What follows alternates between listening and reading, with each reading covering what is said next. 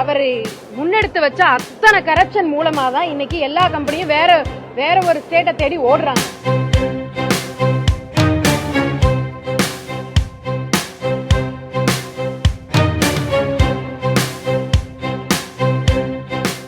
தமிழ்நாட்டில் தற்போதைய தமிழக வெற்றிக் கழக அரசுக்கும் முந்தைய திமுக அரசுக்கும் இடையே ஏற்பட்டுள்ள தொழில் முதலீடுகள் குறித்த விவாதம் முன்னாள் தொழில்துறை அமைச்சர் TRB ராஜா மற்றும் தற்போதைய தவேக அரசின் தொழில்துறை அமைச்சர் கீர்த்தனா ஆகிய இருவருக்கும் இடையே கடுமையான அரசியல் மோதலாக மாறியுள்ளது.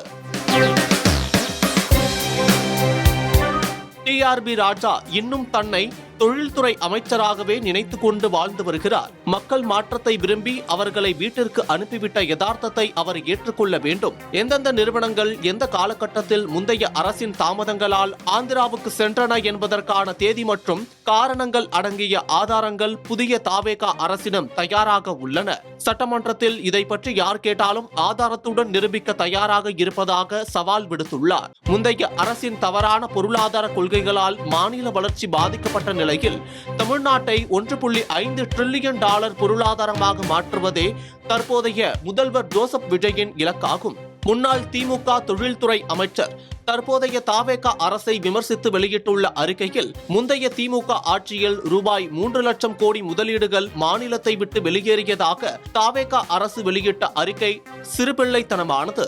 செமிகண்டக்டர் முதலீடுகள் குஜராத்திற்கு சென்றது ஒன்றிய அரசால் திட்டமிட்டு பறிக்கப்பட்டதே தவிர திமுகவின் தவறு அல்ல. இதற்கு எதிராக மு.க. ஸ்டாலின் டெல்லியுடன் போராடினார்.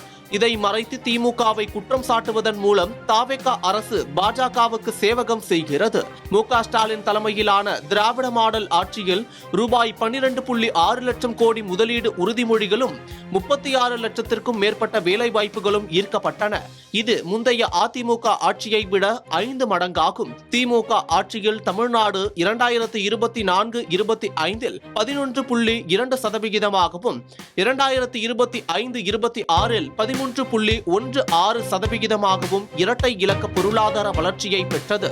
இந்தியாவின் மொத்த உற்பத்தி வளர்ச்சியில் தமிழ்நாட்டின் பங்களிப்பு 14.5% இருந்தது. எல்லாவற்றையும் அரசியல் பார்வையோடு அணுகி முதலீட்டாளர்களின் பெயர்களை பொதுவெளியில் இழுத்து சேருவாரி இறைப்பதால் தமிழ்நாட்டின் ஆரோக்கியமான முதலீட்டு சூழல் சீர்குலைந்து அண்டைய மாநிலங்களுக்கு சாதகமாக மாறிவிடும் என வருத்தம் தெரிவித்துள்ளார். தவேக அரசு முந்தைய அரசு கொண்டு வந்த திட்டங்களுக்கு ஸ்டிக்கர் ஒட்டுவதை நிறுத்த வேண்டும். அர்த்தமற்ற அரசியல் காழ்ப்புணர்ச்சியை கைவிட்டு திமுக அரசின் சாதனைகளில் பாதியையாவது அல்லது 2 மடங்கு முதலீட்டையாவது ஈர்த்து சாதனை படைத்து காட்டட்டும்.